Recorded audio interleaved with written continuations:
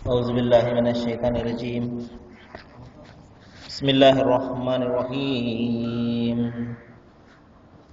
إن الدين عند الله الإسلام أفغير دين الله يبغون وله أسلم من في السماوات والأرض طوعا وكرها وإليه يرجعون صدق الله العظيم. అనంత కరుణామయుడు, అపార కృపాశీలుడు, పాలకుడు, పోషకుడు, సర్వలోక ప్రభు అయిన అల్లాహ్ శుభనామంతో ప్రారంభిస్తున్నాను. సోదరులారా, సోదరిమణులారా, అయ్యలారా, అమ్మలారా, అస్సలాము అలైకుం రహమతుల్లాహి వబరకాతుహు. సర్వలోక ప్రభు అయిన అల్లాహ్ మనందరి జీవితాలలో శాంతి శుభాలను కురిపించునుగాక. ఆమీన్. ఇంతవరకు మీ ముందు మానవులందరి మార్గదర్శక గ్రంథం, మనందరి దైవం ప్రభు అల్లాహ్ ఆయన చివరి ప్రవక్త మీద అవతరింపజేసినటువంటి చివరి మార్గదర్శక దైవ గ్రంథం దివ్య ఖురాన్ నుండి కొన్ని అరబీ వాక్యాలు మీ ముందు పట్టించి వినిపించడం జరిగింది. దీని అర్థం, దైవం ఈ విధంగా సెలవిస్తున్నాడు: దైవం దృష్టిలో నిజమైనటువంటి ధర్మం కేవలము ఆయన ఒక్కనికి విధేయత చూపించడం. మరి ఈ విధానాన్ని కాకుండా మరొక విధానాన్ని ఎవరైనా అవలంబిస్తే మరి వాస్తవానికి వారు ఏమాత్రం కూడా సాఫల్యాన్ని పొందలేరు. భూమి ఆకాశాల్లో సమస్త వస్తువులు ఇష్టం ఉన్నా ఇష్టం లేకపోయినా కేవలము ఆ దైవం ఒక్కనికే విధేయత చూపి కట్టుబడి మరి విధేయులై జీవిస్తున్నాయి. సోదరులారా, దైవం తెలిస్తే ఈ రోజున మనము దైవం దృష్టిలో నిజమైనటువంటి మార్గం ఏమిటి, నిజమైనటువంటి సాఫల్యాన్ని తీసుకుని వెళ్ళే మార్గం ఏమిటి, ఆయన ఇష్టపడే విధానం ఏమిటి, ఈ విషయాన్ని గురించి మనం తెలుసుకుందాం.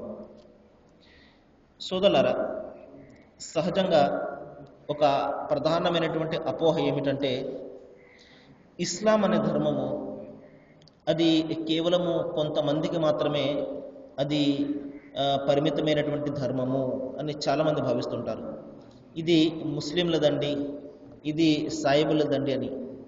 కానీ సోదరులారా, ఇంకొక విషయం ఏంటంటే, ప్రవక్త ముహమ్మద్ వారు ఈ ఇస్లాంను స్థాపించారు అనే ఒక ప్రధానమైనటువంటి అపోహ 100కి 99% మందికి ఈ అపోహ ఉంది. సోదరులారా, మరొకసారి నేను చెప్తున్నాను, అనేక సార్లు చెప్పాను, ఇస్లాం అంటే దైవానికి విధేయత చూపించడము, ఆయన ఒక్కనికి మాత్రమే లొంగి సమర్పణ చేసుకుని జీవితం గడపడము, దేవుని ఆజ్ఞ మేర జీవితం గడపడాన్నే ఇస్లాం అంటారు. దీనినే విధేయత, సమర్పణ అంటారు. మరి ప్రవక్త ముహమ్మద్ సల్లల్లాహు అలైహి వసల్లం వారికి ముందు కూడా దైవం ఉన్నాడు, అంత ముందు కూడా మరి ప్రజలందరూ కూడా ఉన్నారు, మానవులందరూ కూడా ఉన్నారు. కాబట్టి మనిషి పుట్టిన దగ్గర నుండి కూడా ఈ ధర్మం ఉన్నది. కేవలం ఈ ఒక్క ధర్మాన్ని దైవము మరి మానవాళికి బోధించాడు. సృష్టి తన సృష్టికర్తకు విధేయత చూపించాలి, సృష్టి తన సృష్టికర్తకు లొంగి జీవితం గడపాలి, సృష్టి తన సృష్టికర్తకు సంపూర్ణంగా సమర్పణ చేసుకుని జీవితం గడపాలి. ఈ యొక్క పద్ధతిని దైవము మానవాళికి బోధించాడు. కాబట్టి ఈ సృష్టిలో మనం అందరం కూడా వస్తాము. ఈ చెట్లు, ఈ చేమలు, ఈ పుట్లు, ఈ మానవులు, ఈ జీవాలు, ఈ జంతుజాలము, ఇవన్నీ కూడా సృష్టిలో వస్తాయి, సృష్టితాలు ఇవన్నీ కూడా. కాబట్టి ఇవి అన్నీ కూడా వీటిని అన్నింటినీ పుట్టించినటువంటి ఆ దైవము, సృష్టికర్త అల్లాహకు మాత్రమే విధేయత చూపించడం అనే ఈ ధర్మము మనిషి పుట్టిన దగ్గర నుండి కూడా దైవము ఈ ధర్మాన్ని బోధించాడు. కాబట్టి ప్రతి కాలంలో కూడా, ప్రతి జాతిలో కూడా ప్రవక్త వచ్చింది కేవలం ఈ ధర్మాన్ని బోధించడం కోసమే. భాష వేరు కావచ్చు, లేకపోతే గ్రంథము వేరు కావచ్చు, కానీ ఏ భాషలో ఉన్నా, ఏ గ్రంథంలో ఉన్నా మౌలికమైనటువంటి విధానము ఇది ఒక్కటి మాత్రమే బోధింపబడింది. ఈ విషయాన్ని మనము చాలా ప్రధానంగా అర్థం చేసుకోవాలి. ఎందుకంటే కేవలం అపోహ కారణంగా ఈ రోజున చాలామంది ఇస్లాం ధర్మము అది మనకు సంబంధం కాదు అన్న ఉద్దేశంతో దీనిని అధ్యయనం చేయడానికి వెనుకాడుతూ ఉంటారు. అయితే రెండు సోదరులారా, ఈ రోజున మనము అసలు ఈ ధర్మం, ఈ సనాతన ధర్మం, ఈ వేదాల్లో కూడా మనకు బోధింపబడే ధర్మం కూడా ఇదే. ఏకేశ్వర ఉపాసన, ఒకే దైవాన్ని ఆరాధించడము, ఒకే దైవానికి లొంగి జీవితం గడపడము. కాబట్టి భాష వేరైనా, పేరు వేరైనా, మౌలికమైనటువంటి విధానం ఏమిటంటే దాసుడు తన యజమానికి విధేయత చూపించాలి, మనిషి తన దైవానికి విధేయత చూపించి ఆయన ఒక్కనికి మాత్రమే మరి లొంగి జీవితం గడపాలి. ఇదే విధానాన్ని అరబీ భాషలో ఇస్లాం అంటారు. మరి ఎవరైతే ఈ పద్ధతిని అవలంబిస్తాడో అతనిని ముస్లిం అంటారు. అంటే అర్థం ఏమిటంటే విధేయుడు, సమర్పణ చేసుకున్నవాడు, దైవానికి లొంగి జీవితం గడిపేవాడు, ఇతనిని అరబీ భాషలో ఇస్లాం అంటారు. మరి సోదరులారా, అంతిమ గ్రంథం ఖురాన్లో 3వ అధ్యాయం 19వ వాక్యంలో దైవం ఈ విధంగా తెలియజేస్తున్నాడు, ఇన్న దీన ఇందల్లాహిల్ ఇస్లాం. దైవం దృష్టిలో నిజమైనటువంటి ధర్మము, ఆమోదయోగ్యమైనటువంటి ధర్మము, మరి దైవం ఇష్టపడినటువంటి ధర్మము ఏమిటి అంటే అది ఒక్కటే. అదేమిటంటే ఆయన ఒక్కనికి లొంగి జీవితం గడపడము. కానీ చాలామంది తమ వద్ద జ్ఞానం వచ్చిన తర్వాత కూడా, గ్రంథాల రూపంలో దైవం జ్ఞానాన్ని పంపాడు. వేదాల దగ్గర నుండి మరి బైబిల్ గ్రంథాల వరకు కూడా దైవము మరి చాలా స్పష్టమైనటువంటి జ్ఞానాన్ని మనకు బోధించాడు, ఈ ధర్మాన్ని గురించే బోధించాడు. అయినప్పటికీ కూడా అసూయ ద్వేషాల కారణంగా మనిషి ఏం చేశాడు? విభేదాలలో పడిపోయాడు. ఇది నా గ్రంథము, అది నీ గ్రంథము. ఈ విధంగా మనిషి విభేదాల్లో పడిపోయి నిజమైనటువంటి ధర్మానికి దూరంగా వెళ్ళిపోయి తన మనస్సుకు నచ్చినటువంటి విధానాలను ఈ రోజున కల్పించుకునే మనిషి దైవానికి మరింత దూరంగా వెళ్ళిపోతున్నాడు. మరి దైవానికి మరింత దూరంగా వెళ్ళిపోతున్నటువంటి ప్రజలను, మానవులను తిరిగి దైవం వైపునకు చేర్చడం కోసమే మరి సృష్టికర్త అయినటువంటి అల్లాహ్ మరి చివరిగా తన చివరి ప్రవక్త మీద అంతిమ గ్రంథం ఖురాన్ను ఈ రంజాను మాసంలోనే మరి అవతరణ చేయడం జరిగింది. కాబట్టి సోదరులారా, మరి మనిషి ఈ ధర్మం కాకుండా మరొక ధర్మాన్ని అనుసరించినట్లయితే అతని పరిస్థితి ఏమిటి? దైవం చెప్తున్నాడు, మీరు ఈ విధానాన్ని కాకుండా మీరు మరొక విధానాన్ని అవలంబిస్తే అది ఎంత మాత్రం కూడా మిమ్మల్ని మోక్షం వైపునకు తీసుకుని వెళ్ళదు, సాఫల్యం వైపునకు తీసుకుని వెళ్ళదు, నిత్య జీవం వైపునకు తీసుకుని వెళ్ళదు, స్వర్గం వైపునకు తీసుకుని వెళ్ళదు. అది మరింత దూరంగా మిమ్మల్ని దైవం నుండి దూరంగా తీసుకుని వెళ్ళిపోతుంది. కాబట్టి సోదరులారా, దైవం దృష్టిలో నిజమైనటువంటి ధర్మం ఏమిటంటే అది ఆయన ఒక్కనికి మాత్రమే లొంగి జీవితం గడపడము. ఈ విధానాన్ని అరబీ భాషలో ఇస్లాం అని పిలవడం జరిగింది. మరి చూడండి, ఇంకొక సందర్భంలో దైవం చెప్తున్నాడు, యా అయ్యుహల్లజీన ఆమను ఉదుఖులు ఫిస్ సిల్మి కాఫా. ఓ మానవులారా, మీరు ఈ ధర్మంలో పూర్తిగా ప్రవేశించండి. వలా తత్తబిఉ ఖుతువాతి శైతాన్. శైతాన్ యొక్క అడుగుజాడల్ని ఎంత మాత్రం కూడా తొక్కకండి అంటున్నాడు. కాబట్టి ధర్మంలో పూర్తిగా ప్రవేశించాలి. నాకు ఒకటి బాగా నచ్చింది, నేను దానిని అనుసరిస్తాను, ఇంకొకటి నాకు చాలా కష్టంగా ఉన్నది, నేను దాన్ని అనుసరించను అన్నది కాకుండా నీకు నచ్చినా నీకు నచ్చకపోయినా పూర్తిగా ధర్మంలో ప్రవేశించాలి. పూర్తిగా నీవు ఈ ధర్మాన్ని అవలంబించినప్పుడు మాత్రమే నీవు సంపూర్ణమైనటువంటి సాఫల్యాన్ని పొందుతావు. అదే విషయాన్ని దైవం ఇక్కడ చెప్తున్నాడు. కానీ సహజంగా మనం చేసే పని ఏమిటంటే మనకు బాగా నచ్చింది చేస్తుంటాము, కష్టమైనది అంతగా నచ్చనిది మనం దానికి దూరంగా ఉంటుంటాము. ఉదాహరణకు చూడండి, దైవము 5 పూటల్లో కూడా మీరు ప్రార్థనను స్థాపించండి అని ఆజ్ఞాపించాడు. చాలా కష్టమైనటువంటి ఆరాధన, మరి ప్రజలందరికీ అది చాలా కష్టము. అందుకనే కేవలం ఒక శుక్రవారం పూటను లేకపోతే మరి పండగ పూటను వస్తారు, మిగతా రోజులు అంత మాత్రం కూడా మరి మస్జిద్ ముఖమై చూడరు చాలామంది. ఈ విధంగా సోదరులారా, మనకు ఇష్టం ఉన్నా మనకు ఇష్టం లేకపోయినా, మనకు ఎంత కష్టంగా ఉన్నప్పటికీ కూడా మరి దైవం యొక్క ఆజ్ఞ మరి జీవితం గడపడమే ఇక్కడ మనకు పరీక్ష. ఆ విధంగా ఎవరైతే గడుపుతాడో మరి వాడే సాఫల్యాన్ని పొందుతాడు, వాడే స్వర్గాన్ని పొందుతాడు. ఇక్కడ మన మనస్సుకు నచ్చిన విధంగా జీవితం గడిపి నాకు స్వర్గం కావాలి అంటే అది ఎంత మాత్రం కూడా దక్కే ప్రశ్న ఉండదు సోదరులారా. ఈ విషయాన్ని మనము జ్ఞాపకం పెట్టుకోవాలి. కాబట్టి ప్రధానంగా మనిషి ఇక్కడ ఎందుకు పుట్టింపబడ్డాడు అంటే పరీక్ష నిమిత్తం పుట్టింపబడ్డాడు. కాబట్టి దేవుని ఆజ్ఞ మేర జీవితం గడుపుతాడా, లేక తన మనస్సుకు నచ్చిన విధంగా జీవితం గడుపుతాడా, తన మనోకాంక్షలు దాస్యం చేస్తాడా, దేవుని యొక్క దాస్యం చేస్తాడా? ఇదే ఇక్కడ ప్రధానమైనటువంటి పరీక్ష మనిషికి. ఈ పరీక్షను తట్టుకొని ఎవరైతే ముందుకు వెళ్తారో, తన మనోకాంక్షల యొక్క దాస్యాన్ని విడిచి శైతాను అడుగుజాడలను తొక్కకుండా, తన మనసుకు కష్టమైనప్పటికీ కూడా అల్లాహ్ ఏదైతే ఆజ్ఞాపించాడో దాని మేరకు అతని జీవితం గడుపుతాయే, అదే నిజమైనటువంటి సాఫల్యము, అది అతని స్వర్గానికి తీసుకువెళ్తుంది.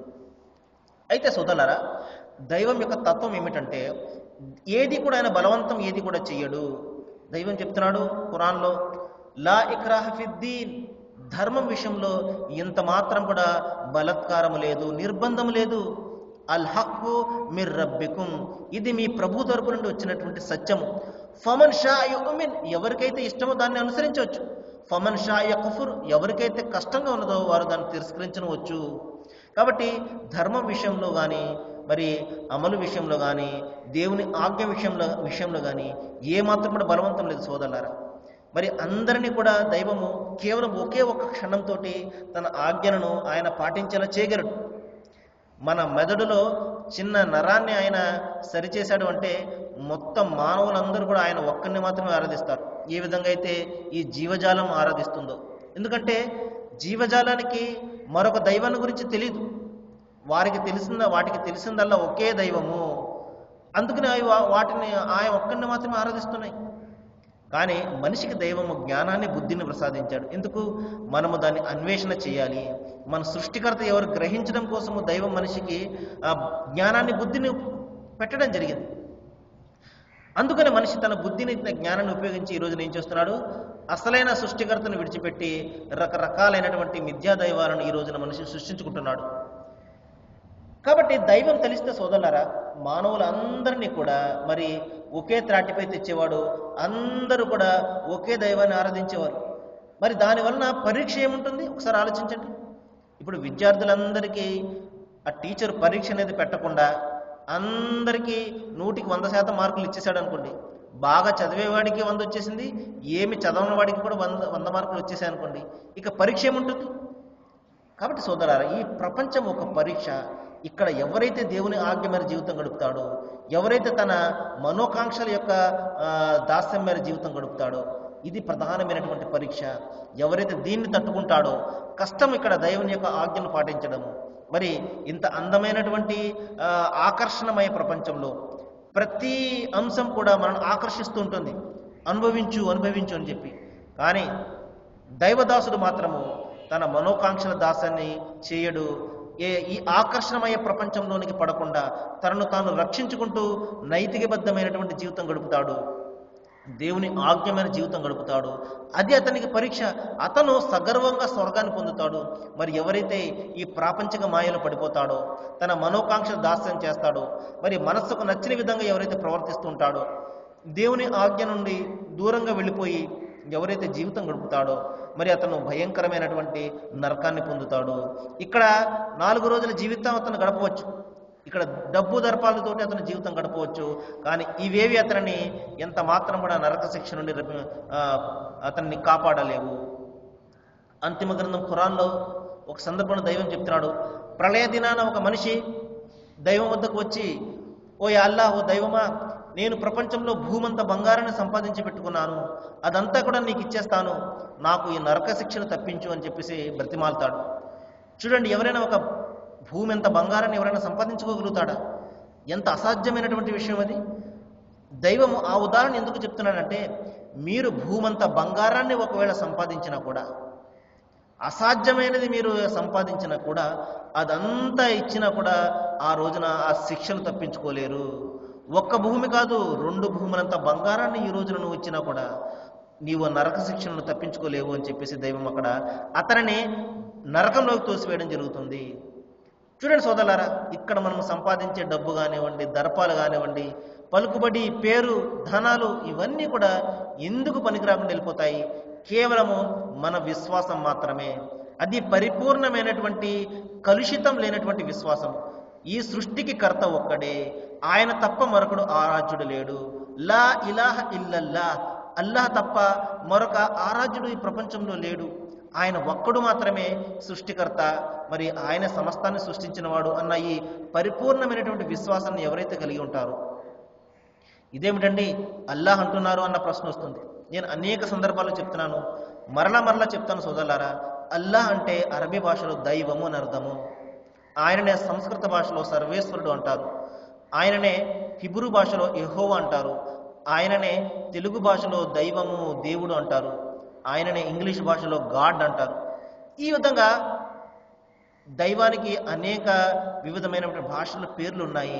ఆయనను మనం గుణగణాలతోటి గుర్తించాలి. మరల చెప్తున్నాను, ఆయన సృష్టికర్త అయి ఉంటాడు, సృష్టి అయి ఉండడు. ఆయన చనిపోడు, ఆయన పుట్టడు. ఆయనకు సాటి సమానం ఎవరు కూడా లేరు. ఆయన స్వరూపము, ఆయన రూపము, ఆయన ఆకారము ఎవరికి కూడా తెలియదు. కాబట్టి ఆయనను మన గుణగణాలతో గుర్తించాలి. ఆ లక్షణాలు గల దైవాన్ని ఎవరైతే మనస్ఫూర్తిగా విశ్వసిస్తాడో, ఆయనను ఆత్మతోను సత్యంతోను ఎవరైతే ఆరాధిస్తాడో, మరి అటువంటి పరిపూర్ణమైనటువంటి విశ్వాసే అక్కడ నరకం నుండి తప్పించుకుంటాడు. ఇదే విషయాన్ని దైవం చెప్తున్నాడు, మీరు పూర్తిగా ధర్మంలో ప్రవేశించండి. మీకు ఇష్టం ఉన్నా మీకు ఇష్టం లేకపోయినా దైవం ఏదైతే ఆజ్ఞాపించాడో, మనకు కొన్ని కష్టంగా కనబడతాయి, కానీ మరి ఫలితం రీత్యా మనకు అవే ప్రయోజనకారిగా ఉంటాయి. కొన్ని రోజుల తర్వాత మనం చేసిన పనులకు ఫలితాన్ని మన మరణం తర్వాత చూసుకుంటాము. కాబట్టి శైతాన్ యొక్క అడుగుదారులను మీరు తొక్కకండి. వాడు మిమ్మల్ని అశ్లీల వైపునకు ఆహ్వానిస్తాడు. దేవుని ధర్మాన్ని నుండి దూరంగా తీసుకుని పోవడానికి మిమ్మల్ని మరి చెడు వైపునకు ఆహ్వానిస్తుంటాడు. కాబట్టి మీరు ఎంత మాత్రం కూడా శైతాను అడుగుజాడలు తొక్కకండి అని దైవం ఆజ్ఞాపించడం జరిగింది. అయితే సోదరులారా, మరొక సందర్భంలో చెప్తున్నాడు దైవము అంతిమ గ్రంథం ఖురాన్లో, మరి ఏ ధర్మమైతే ఆయన తన ప్రవక్తకు ఇచ్చి పంపించాడో ఇది సంపూర్ణమైనటువంటి పరిపూర్ణమైనటువంటి ధర్మము. ఈ విధంగా చెప్తున్నాడు 5వ అధ్యాయం 3వ వచనంలో, ఈ రోజున అవిశ్వాసులు మీ ధర్మం గురించి ఆశను వదులుకున్నారు. కాబట్టి మీరు ప్రజలకు భయపడకండి, మీరు మీ దైవానికి మాత్రమే భయపడండి. ఎందుకంటే ప్రజలకు భయపడడానికి వాళ్ళకు హక్కు లేదు, దైవానికి మాత్రమే హక్కు ఉన్నది. ఎందుకంటే ఆయన మనల్ని పుట్టించాడు, సకల సౌకర్యాలను సకల వనరులను ఆయన కురిపిస్తున్నాడు. కాబట్టి మనము భయపడవలసింది కేవలం ఆయన ఒక్కనికి మాత్రమే. అందుకనే మరొక సందర్భంలో దైవం చెప్తున్నాడు, మీ పాపాల గురించి ఆయనకు తెలిస్తే చాలు, మీరు ప్రజల గురించి భయపడని అవసరం లేదు. ఆయన ఏమనుకుంటాడో ఈయన ఏమనుకుంటాడో అని మీరు తప్పులకు దూరంగా ఉండకండి. దైవానికి భయపడి మీరు తప్పులకు దూరంగా ఉండండి. ఎందుకంటే ఆయన తప్పులకు శిక్షించేవాడు ఆయన, మరి క్షమించేవాడు ఆయన, మనము చేసే పనులకు పుణ్యాన్ని ప్రసాదించేవాడు ఆయన. కాబట్టి లిల్లాహియత్ అంటే దైవం కోసం మాత్రమే మనము మన పనులు కానీ మన విశ్వాసం కానీ ఉండాలి. ప్రజల కోసమో మరొకరికి చూపించడం కోసమో, ప్రజలందరూ నన్ను మంచి విశ్వాసాన్ని పొగడడం కోసమో, లేకపోతే ఈయన చాలా గొప్ప భక్తిపరుడండి దైవపరుడండి అని మనం పిలిపించుకోవడం కోసమో ఎంత మాత్రం కూడా మనము విశ్వాసం కానీ పనులు కానీ ఎంత మాత్రం కూడా చేయకూడదు సోదరులారా. ఎందుకంటే మన పనులన్నీ కూడా మన సంకల్పాన్ని బట్టి ఉంటాయి. కాబట్టి మన సంకల్పము కేవలం దైవం కోసం మాత్రమే ఉండాలి. ఆయన నన్ను చూస్తున్నాడు, నేను చేసిన పనికి ఆయన ముందు మాత్రం నేను సమాధానం చెప్పుకోవాలి. కాబట్టి నేను చేసిన మంచి పనికి ప్రతిఫలాన్ని ఇచ్చేది ఆయనే, మరి చెడ్డ పనికి శిక్షను కూడా ఇచ్చేది ఆయనే అన్న భయంతో మనము ఉండాలి. అదే విషయాన్ని దైవం చెప్తున్నాడు, అల్యౌమ అక్మల్తు లకుం దీనకుం, ఈ రోజున నేను మీ ధర్మాన్ని సంపూర్ణం చేశాను. ప్రవక్త ముహమ్మద్ సల్లల్లాహు అలైహి వసల్లం వారి మీద ఈ వాక్యము చిట్ట చివరిగా అవతరించింది. ఈ వాక్యంతో అంతిమ గ్రంథం ఖురాన్ యొక్క అవతరణ పూర్తయింది. చివరి వాక్యంగా దైవం చెప్తున్నాడు, ఈ రోజున నేను మీ ధర్మాన్ని పరిపూర్ణం చేశాను. ప్రవక్త ముహమ్మద్ సల్లల్లాహు అలైహి వసల్లం వారి ద్వారా ఏ ధర్మం అయితే మానవాళికి దైవం బోధించాడో అది అంతిమ ధర్మం, సంపూర్ణమైనటువంటి ధర్మము, అది పరిపూర్ణమైపోయింది. దీని తర్వాత మరొక ధర్మం వచ్చే అవకాశం లేదు. ఎందుకంటే సకల సమస్యలను కూడా తీర్చే ధర్మం ఇది. కాబట్టి మరొక ధర్మం యొక్క అవసరం ఎంత మాత్రం కూడా లేదు. కాబట్టి నేను నా అనుగ్రహాన్ని మరి పూర్తి చేశాను. ఎవరైతే ఈ అనుగ్రహాన్ని పొందుతారో, ఎవరైతే అనుసరిస్తారో, తమ మనస్సులకు హత్తుకుంటారో నిస్సందేహంగా వాళ్ళు సాఫల్యాన్ని పొందుతారు. మరి ఎవరైతే ఇది నాకు సంబంధం కాదు, ఇది వేరే వాళ్ళది అని దీనికి దూరంగా ఉంటారో వారు నిశ్చయంగా మరి సాఫల్యాన్ని కోల్పోయినట్లే అని దైవము చాలా స్పష్టంగా విస్పష్టంగా మరి ప్రకటిస్తున్నాడు. మరి మరొక సందర్భంలో దైవం చెప్తున్నాడు 21వ అధ్యాయం 92వ వాక్యంలో, నిశ్చయంగా మీ ధర్మము కేవలం ఒకే ధర్మము, ఇలాహుకుం ఇలాహు వాహిద్, మీ దైవం కూడా ఒక్కడే, మీ ధర్మం కూడా ఒక్కటే. అదే విశ్వ మానవ మరి సౌభ్రాతత్వము. అంటే మానవులు అందరూ కూడా ఒకే తల్లిదండ్రి సంతానము. ఈ ధర్మానికి మించి మరొక ధర్మం లేదు. సృష్టికర్త అయినటువంటి అల్లాహ్ ఒక సందర్భంలో చెప్తున్నాడు, యా అయ్యుహన్నాస్ ఇన్న ఖలఖనాకుం మిన్ జక్ర వ ఉన్సా, ఓ మానవులారా, మిమ్మల్ని నేను ఒకే స్త్రీ పురుష జంట నుండి సృష్టించాను. మీ అందరి తల్లి తండ్రి ఒక్కళ్ళే. ఆయన ఆది మానవులైనటువంటి ఆదాము మరియు ఆయన భార్య హవ్వ, వీరిద్దరి సంతానమే మీరందరూ కూడా.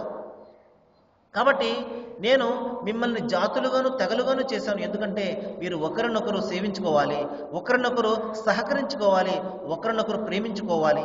అందుకనే నేను మిమ్మల్ని ఈ విధంగా జాతులుగా తెగలుగాను చేశాను. కానీ ఇన్న అక్రమకం ఇందల్లా అత్తకాకం, మరి నిజంగా దైవం దృష్టిలో నిజమైనటువంటి మరి ప్రీతివాడు ఎవడు అంటే, ఎవడు దైవానికి ఇష్టడు అంటే మరి ఎవరైతే మీలో ఎక్కువగా దైవానికి భయపడతారో.